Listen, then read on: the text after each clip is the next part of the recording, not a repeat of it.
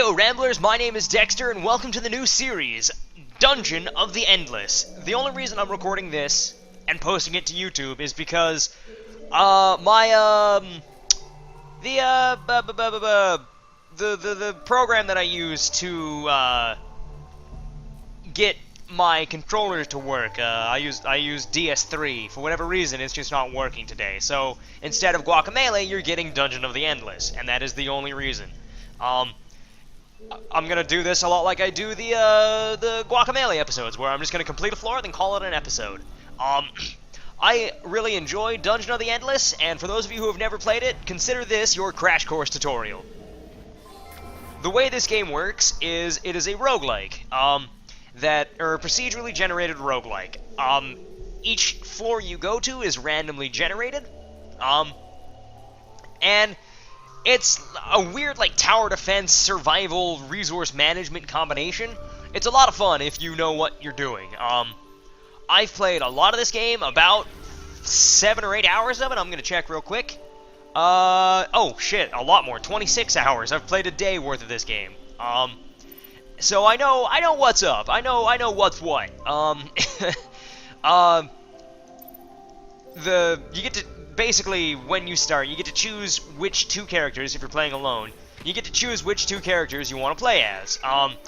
Different characters have different bonuses. Like, this lady here, with the green circle around her, she's a knight. She has, of all the characters that I've unlocked, she has the highest health. I'm gonna equip that. I'm gonna give that to her. There we go. She now has more defense. She has the highest HP and I think overall defensive stats of all the heroes that I had. No, wait, no, she just has the most health. Okay. So yeah, as you play this game, or well, not as, well, yeah, as you play this game, you learn different things about different characters. And if you find a new character, if you can get them through a couple floors, you can collect them at the end of I think you get them through 3 full rounds. So if you find somebody, you can use one of your 3 resources up here. You can use the green resource, which is your food, to recruit people and level up. You can use your science resource, which is the blue, to purchase things and study new upgrades for, like, modules that you can place in each room.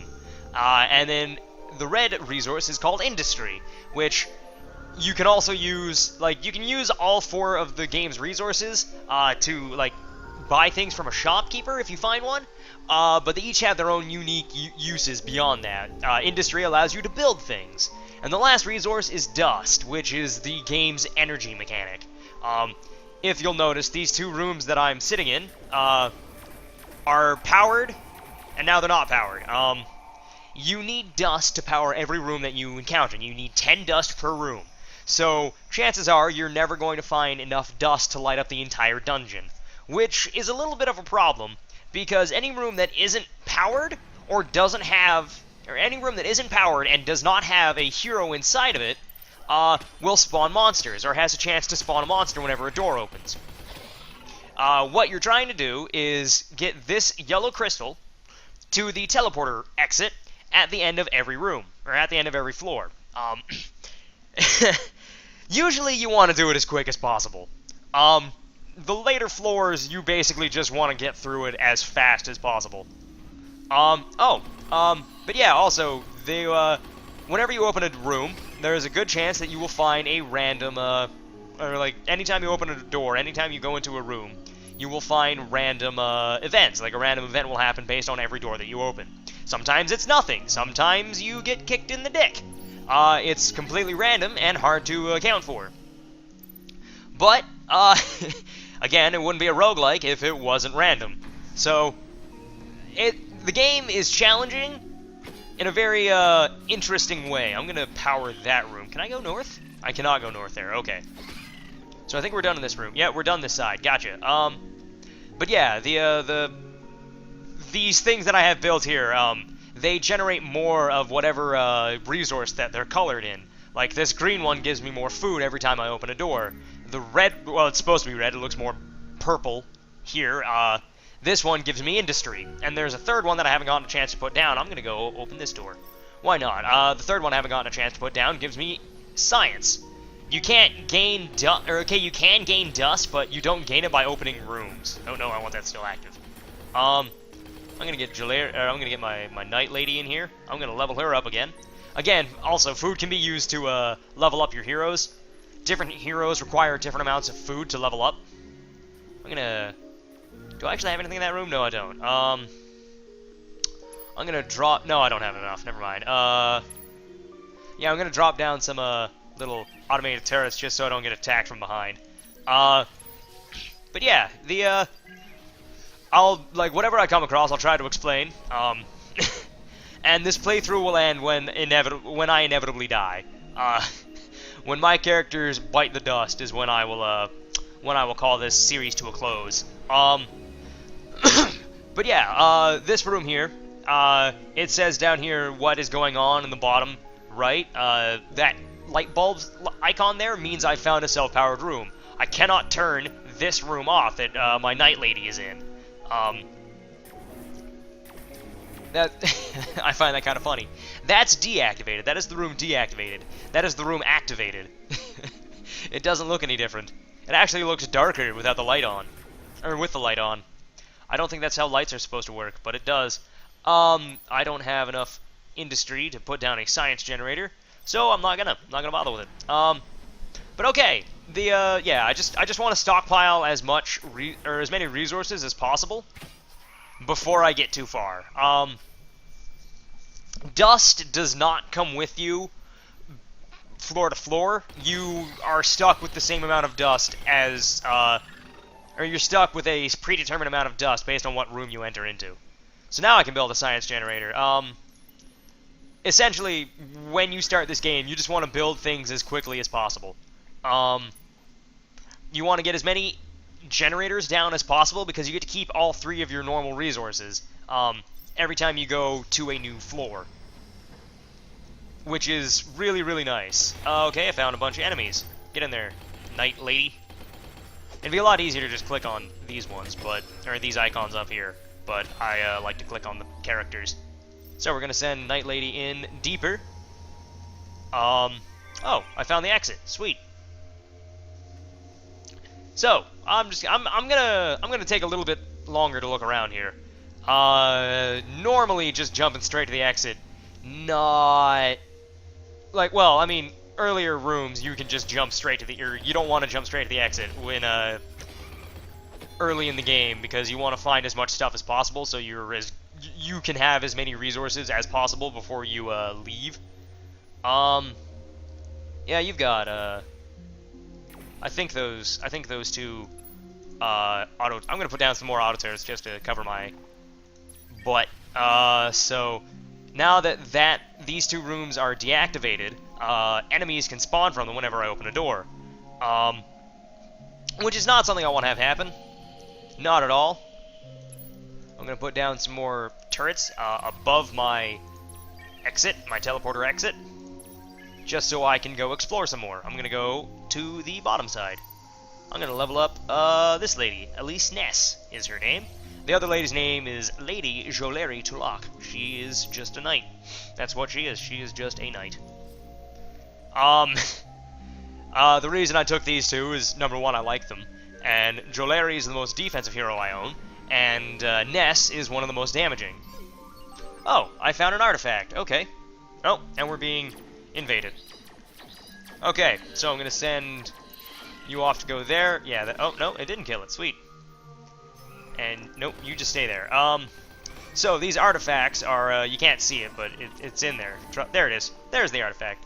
The artifacts are, what you can use the, science generators on, or science resource, there we go. The science resource on. They are... You research new projects, like I can make it, like from this one, I can make a shop, a suppressive firebot, which increases the damage of any hero in the room, a KIP cannon, which does more damage for each science resource I have stocked, or a Neurostun module, which slows down monsters. Or I can reset everything. Each module requires 3, or like each project requires 3 doors to be opened to complete that research project. Or will end immediately, like you'll get it immediately if you open the last door in the dungeon. Which is why, if you ever find one of these, you want to find them early, and you want to find a lot of them. And when you do find them, you want to buy whatever you can from them as quickly as possible. I am going to buy... I'm going to buy the analyze... Or I'm going to analyze the shop. There we go, that's what it's called. And then we're going to go over this way. Into that door. Jalari Tulak will stay there, and Elise Ness will go in this door. Oh, okay, well, that's all of it. Oh, jeez. That is a lot of enemies. Prisoner brought. Also, in the middle of combat, things take a very long time to build. So, there we go. That is that floor completed. I have some turrets up there. I'm going to put down a couple more, just to keep me safe. Usually, it's not a very good practice, but I am in the habit of putting down as many auto turrets between me and the exit. And we are going to get our fastest character to pick up, well, just like general rule of thumb, you always want your fastest character to pick up the crystal here, because when you do pick it up, monsters start spawning indefinitely from any darkened room, and while you're carrying it, you are slowed down significantly. I think by at least half. You can attack. It's not advised, because if the character carrying the crystal dies, I believe the crystal drops, shatters, and then you lose the entire run. I might be crazy. I might not be thinking about that properly, though. But here we go. We're starting it. We're running. It is a great... it is no greater weight than duty and honor. So yeah, the enemies will just spawn indefinitely until I get this crystal to the teleporter. Which, I honestly thought this floor was going to be a little bit longer, but whatever. We're going to call this an episode when I get this crystal to the teleporter. There we go, that's the word. So yeah, that's a small crash course for anybody who hasn't played the game. It's an interesting title. I didn't think I was going to like it as much as I did, and it's just a really fun game. You can play it with friends. It gets a lot harder when you play with friends, though. Because the amount of resources you earn are still, or like the amount of resources you earn per door open are split amongst the entire party. You can still trade, like you can trade resources in between each character, but for the most part, it's just, it's a little annoying to have to worry about only getting like 1 or 2 pieces of industry or any resource instead of like 7 or 8 when you play alone, which is what I prefer to do. But yeah, this is the loading screen in between each whatever it's called, floor. If you have characters that interact with each other, like certain characters have a certain story associated with them, and those stories but those stories play out across multiple different characters. So if you have like one guy, Warden, I want to call him Gamgish, but that's not his name. It's Warden. There's a dude in like a giant floating hover chair. He's like Professor Xavier, only way more badass because he actually can like. Okay, not to say that Professor X can't do anything, but this dude floats around in a giant hover chair and is loaded out with like 3 machine guns. He is the warden of the vessel that basically crash landed that started this whole series. Or started this whole game. But yeah, if you have him and a couple other characters, they get bonus effects after you go so many floors with them all. Sometimes those effects are beneficial, sometimes those effects are not very beneficial. Like, this character loses damage if they're in the same room as that person. Or they can every once in a while shoot the other person. But yeah, it's a really interesting game, very interesting intertwined lore.